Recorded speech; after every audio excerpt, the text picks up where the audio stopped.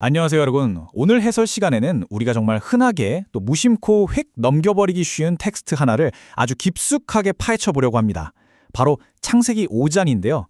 쓱 보면 그냥 지루한 이름표들만 쫙 나열된 것 같잖아요. 그런데 사실 이 안에는요, 정말 놀랍도록 구조적이고 깊은 메시지가 숨어 있습니다. 평범해 보이는 이 텍스트 뒤에 과연 어떤 엄청난 비밀이 인류 역사와 우리 삶의 방식을 뒤흔들고 있는지 지금부터 저와 함께 신나게 파헤쳐 보시죠. 솔직히 성경 읽으시다가 단순히 이름만 잔뜩 나와서 그냥 통째로 건너뛴 적 있으시죠? 다들 한 번쯤은 고개를 끄덕이실 텐데요. 창세기 5장을 딱 펴면 아담부터 노아까지 이름이랑 숫자들만 빽빽하게 차 있단 말이죠. 마치 무슨 메마른 족보나 연락처 목록 읽는 기분이 들기도 하고요. 자, 그럼 본격적으로 한번 파헤쳐 볼까요? 이 지루해 보이는 표면 아래에는 진짜 상상도 못할 심오한 의미가 감춰져 있습니다. 첫 번째 섹션입니다. 1번, 단순한 이름 목록이 아닙니다. 먼저 이 텍스트가 깔아두고 있는 일종의 기본 리듬부터 짚고 넘어가야 하는데요. 가만히 보면 세 가지 동작이 계속해서 무한반복됩니다. 누군가를 낳았고, 몇 년을 살았고, 그리고 죽었더라. 이 세 단어가요, 마치 창세기 5장 전체를 관통하는 아주 무겁고 둔탁한 북소리 같아요. 쿵, 쿵, 쿵 하는 거죠. 이 리듬이 독자들을 아주 뻔하게 예측 가능한, 어떻게 보면 좀 섬뜩하고 암울한 사이클 속으로 훅 끌고 들어갑니다. 태어나고 살고 죽는다는 그 절대 피할 수 없는 굴레 말입니다. 이게 기가 막히게 보여주는 게 뭐냐면요. 바로 시간의 흐름입니다. 첫 세대인 아담부터 시작해서 2대 셋, 7대인 에녹, 8대 무두셀라, 그리고 10대 노아에 이르기까지 시간은 진짜 얄짤없이 멈추지 않고 흘러가거든요. 세대가 끊임없이 교체되는 걸 보면서 우리는 인간의 역사가 철저하게, 아주 철저하게 유한하다는 사실을 뚜렷하게 확인하게 되는 겁니다. 두 번째 섹션으로 넘어가 보죠. 2번, 반복되는 단어, 죽음입니다. 이제 이 장의 전반부를 완전히 짓누르고 있는 정말 피할 수 없는 무거운 주제에 초점을 좀 맞춰볼게요. 텍스트 전체에서 진짜 글자 그대로 끊임없이 반복해서 때려박는 구절이 하나 있습니다. 바로 그리고 죽었더라예요. 그런데 제공된 자료를 보면요. 텍스트가 이 죽음을 그저 수명이 다해서 죽었구나 하는 자연스러운 현상으로만 설명하지 않아요. 이번 창세기 2장과 3장에서 하나님이 경고하셨던 그 불순종, 즉 타락 이후에 인류 역사 속에 훅 들어와 버린 죄의 직접적인 결과로 그려지고 있는 겁니다. 그러니까 다시 말해서 이 죽음이라는 건 인간 문명이 제 아무리 발전하고 기술이 좋아져도 결코 우리 스스로는 해결할 수 없는 뼈아픈 역사적 현실이라는 거죠.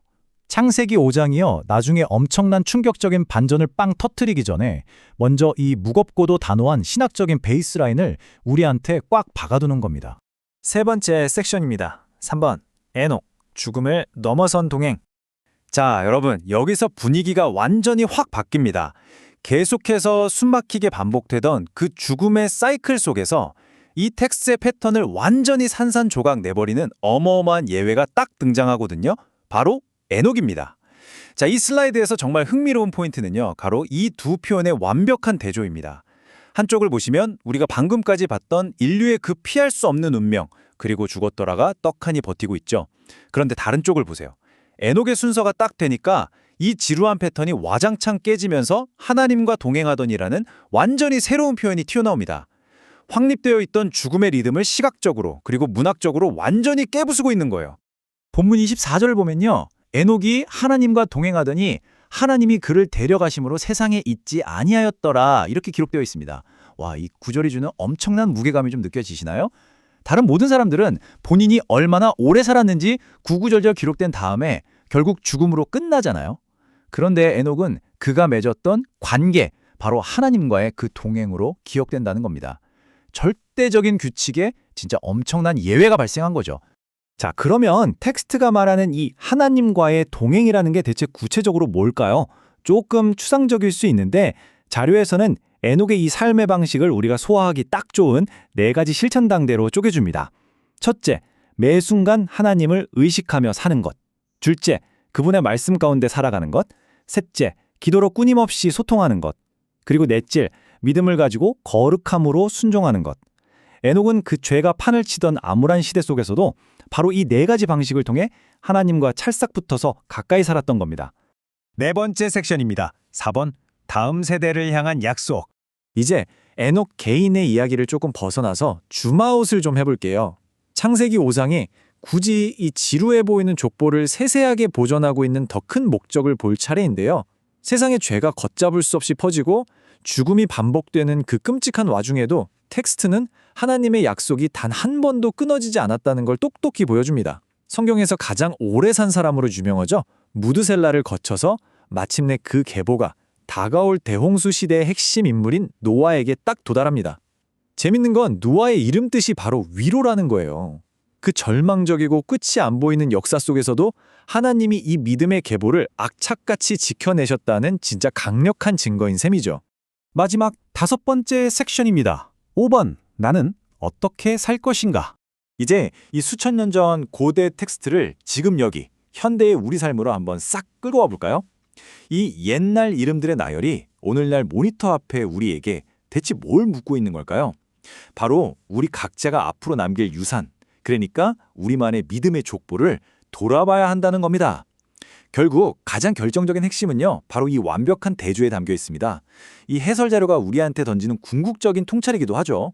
어차피 모든 사람은 결국 죽음을 맞이합니다. 하지만 중요한 건 얼마나 오래 살았는가, 즉 단순하게 숨쉰 기간이나 장수 그 자체가 아니라는 거예요. 반대쪽을 보시면요, 어떻게 살았는가, 즉 에녹처럼 내 삶에서 하나님과 동행하는 것을 최우선으로 삼았는지, 바로 그게 본질적인 문제라는 겁니다. 자, 이제 마무리할 시간인데요. 그냥 평범하고 지루한 이름 목록인 줄만 알았던 창세기 5장에서 우리가 오늘 뽑아낸 깊은 신학적 진리들을 쫙 한번 정리해 보겠습니다. 죄는 필연적으로 죽음을 낳고 인간의 역사는 유한하지만 그 속에서도 하나님은 믿는 자들을 끝까지 보존하십니다. 그리고 내 인생에서 가장 가치 있는 건 대단한 업적이나 수명이 아니라 바로 하나님과 동행하는 삶 그 자체이며, 그 빛나는 신앙은 반드시 우리 다음 세대로 고스란히 이어져야 한다는 사실이죠. 여러분은 어떻게 생각하시나요? 얼마나 오래 살았는가 보다 어떻게 살았는가. 여러분의 인생이라는 족보 맨 마지막에 기록될 딱 한 줄은 과연 무엇이 될까요? 그저 시간만 축내며 산 사람으로 남으시겠습니까? 아니면 하나님과 동행했던 사람으로 기억되시겠습니까? 이 진지한 질문을 여러분 마음에 던지면서 오늘 해설은 여기서 마치겠습니다.